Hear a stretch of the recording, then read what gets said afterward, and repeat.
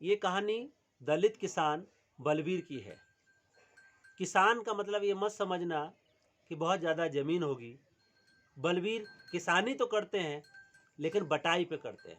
बटाई मतलब खेती किसी और की करेगा कोई और जब खेत की फसल आएगी तो आधी आधी बटाई हो जाएगी। पूरी मेहनत बलबीर को करनी होगी और जब खेती बटेगी तो उसका फसल का आधा आधा बांटा जाएगा।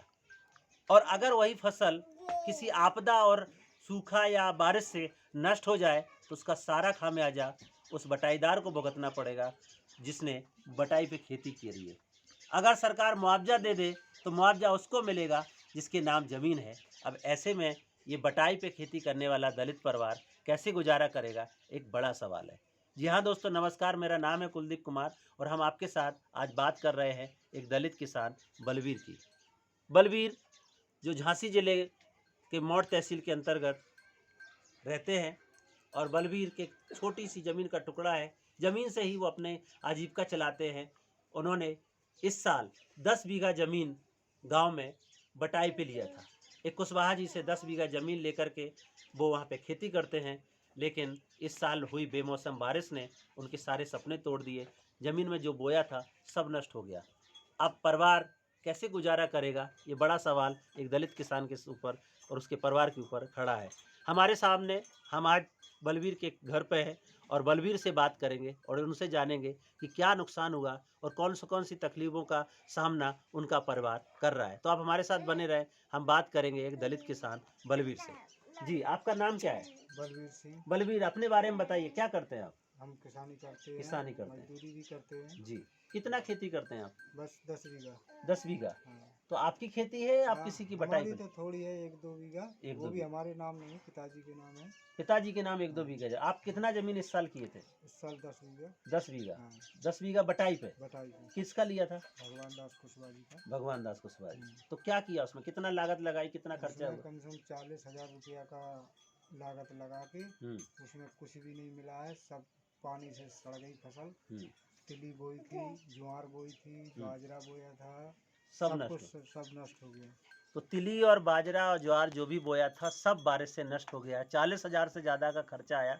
अब कैसे ये परिवार सरवाइव करेगा, ये सवाल है। कोई उसका आकलन करने आया आपके यहाँ पे? अभी कोई नहीं, हमारे पास कोई नहीं आया। अब भाई आएगा तो काश्तकार के पास आएगा। अच्छा, आपको नहीं मिलेगा? नहीं, हमको नहीं मिलेगा उसमें। तो काश्तकार आपको पैसा देगा कुछ? नहीं, कुछ नहीं देगा। कुछ नहीं देगा, बिल्कुल नहीं। जो भी आएगा वो ले लेंगे। वो ले लेंगे। तो ये दलित किसान बलबीर का कहना है कि सरकार से कोई मुआवजा भी आएगा तो वही काश्तकार ले लेगा जिसकी खेती है, इनको कुछ नहीं मिलेगा, इनका तो नुकसान हो गया। अब इनकी भरपाई कैसे होगी? तो आप कैसे परिवार का खर्चा चलाएंगे? क्या करूँ जाए, मजदूरी करेंगे। तो क्या करते हैं आप, कैसे चलाते हैं खर्चा? कुछ मजदूरी करते हैं। अच्छा, तो ये 40,000 रुपये कहाँ से आया था? यही कर्जा लिया था किसी से। कर्जा लिया था? यहाँ गाँव से? हाँ। कर्जा लेके जमीन किया था? बिल्कुल। क्या ब्याज में कैसे लेते हैं कर्जा? वो 3% के, 4% के। अच्छा, 3-4% का ब्याज लेकर के जमीन बटाई पे लेकर के ये खेती किया था। तो क्या मांग है आपकी सरकार से? आप बटाईदार किसान हैं। सरकार से क्या मांग है? अब इसमें हम क्या कह सकते हैं भाई। बहुत लोग देख रहे हैं आपको, आप क्या बताना? तो जो है काश्तकार को मिलेगा। तो आप अपने मुआवजा की मांग कर रहे हैं, क्या कह रहे हैं? हमको कुछ तो कैसे परिवार का खर्चा चलेगा? परिवार में तो हमारे 6 सदस्य हैं, बच्चे भी पढ़ रहे हैं। तो आपके जैसे गांव में बहुत परिवार होंगे, क्या मांग है आपकी? मांग तो आज मुआवजा मिले। तो आप इधर आ जाइए, आप उनकी पत्नी हैं बलबीर की, आप इधर आ जाइए। जी, क्या नाम है? आप अपना नाम बताइए। मिथिलेश। मिथिलेश जी। हाँ। आप भी खेती करते हैं? हमको साथ ही में करते दोनों जने। हाँ। तो इतना नुकसान हो गया, आप कैसे परिवार चलेगा? कैसे भरेंगे? मेहनत मजदूरी करेंगे, जब भरेंगे तो कहाँ से लेंगे? नहीं होगा तो कर्जा उठाएंगे तब देंगे। अभी कुछ बवा नहीं है। सरकार से क्या मांग? अब सरकार से मांगे जो कुछ भी सरकार दे देगी हमको। तो क्या मांग क्या कर रही हैं आप? पैसा मिल जाए या कुछ भी मिल जाए और काम मिलता है गाँव में? काम कुछ नहीं मिलता। पूरे जेठ मास भर के घर पे पड़े, कुछ काम नहीं है। कोई काम नहीं? नहीं। अच्छा, सरकार की और किसी योजना का लाभ मिला आपको? कुछ अभी नहीं, आज तक 20 कोई साल है, हमें कभी एक आवास को तलक लेटरिन तलक नहीं है हमारे पास, लेटरिन तक नहीं मिला? नहीं आवास है। भी नहीं मिला है, गैस सिलेंडर भी कुछ भी नहीं नहीं मिला मिला है। हमें। तो गैस सिलेंडर तो घर घर में उज्ज्वला योजना के अंतर्गत दिए गए किसे हैं। 2 बार हम फार्म तो लेके यहाँ पे दिए, देख भी रहे हैं आपके छत के ऊपर तो हम 2 बताते सिलेंडर रहे, रखे हैं। हम परेशान थे, तो हम इसको भराते नहीं अब? एन भराते, परेशानी है, फंसा वैसी है कि नहीं भरा पाते कभी कभी, तो हम आग के वजह से परेशान, हमारी आँख खराब हो गई थी, इसलिए हमने खरीदा था मजदूरी करके। लेकिन आपको सरकार की नहीं, ओर से कुछ नहीं नहीं मिला? मिला हमें सरकार की वजह से, ना हमें आवास तलक नहीं मिला हमें, तुम ये ऐसी छपड़ा डाले रहते हम। तो ये इनका परिवार है जो ये बात कह रहे हैं कि साहब कुछ नहीं मिला है। बातें तो होती हैं, कई योजनाएं चलती हैं, नाम तो सुने हैं, लेकिन लाभ नहीं मिला है। अब बटाई पे खेती करके नाम भर के जिंदगी ले जाते हैं, करते जी, पता इधर बताइए। हाँ, क्या कह रहे हैं? जैसे नाम भर के ले जाए यहाँ से, हमें कहा पता कि मिल जाए भाई तुम्हारी लेटर आ गई, और हम पढ़े लिखे तो इतने है नहीं, हमें पता है कि लेटर भरी या ना भरी, कि तुम्हें तो मिल गई है। अब हमारे घर होती नहीं, हम होते नहीं लेटर में।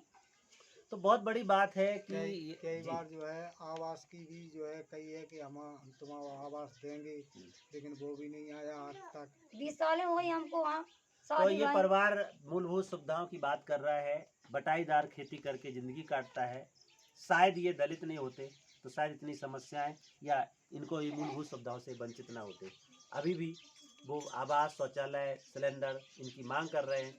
जमीन जोती थी उससे भी कुछ हुआ नहीं, नुकसान हो गया, सरकार का मुआवजा भी मिलने की उम्मीद नहीं है। इस हालात में खड़ा ये परिवार कैसे गुजारा करेगा, एक बड़ा सवाल है। सरकार को ऐसे परिवारों को प्राथमिकता में लेते हुए इनकी मूलभूत सुविधाएं और उनकी फसल हानि के नुकसान के लाभान्वित वाली सूची में इनका नाम जरूर शामिल हो, तभी ये परिवार सर्वाइव कर पाएंगे। वरना ये दलित किसान, दलित परिवार इसी तरीके के जीवन और संघर्ष में पड़े रहेंगे और अपने इस जीवन को कैसे मूलभूत सुविधाओं से लैस कर पाएंगे, कैसे जो चुनौतियां हैं उनका सामना कर पाएंगे, एक बड़ा सवाल है। सरकार से हमारी अपील है कि तत्काल प्रभाव से ऐसे परिवारों को अपनी आपदा की सूची में, उस मुआवजा की सूची में शामिल किया जाए, क्योंकि ये भी किसी न किसी तरीके से किसानी करते हैं और इसका इफेक्ट इनके पूरे परिवार पर पड़ता है। सरकार की तमाम स्कीमों से इनको लाभान्वित किया जाए। अब इनको वो लाभ कब मिलेगा, ये बड़ा सवाल है। आज की कहानी में इतना ही, कल फिर मिलेंगे एक नई कहानी के साथ। तब तक के लिए नमस्कार, जय भीम, जय संविधान।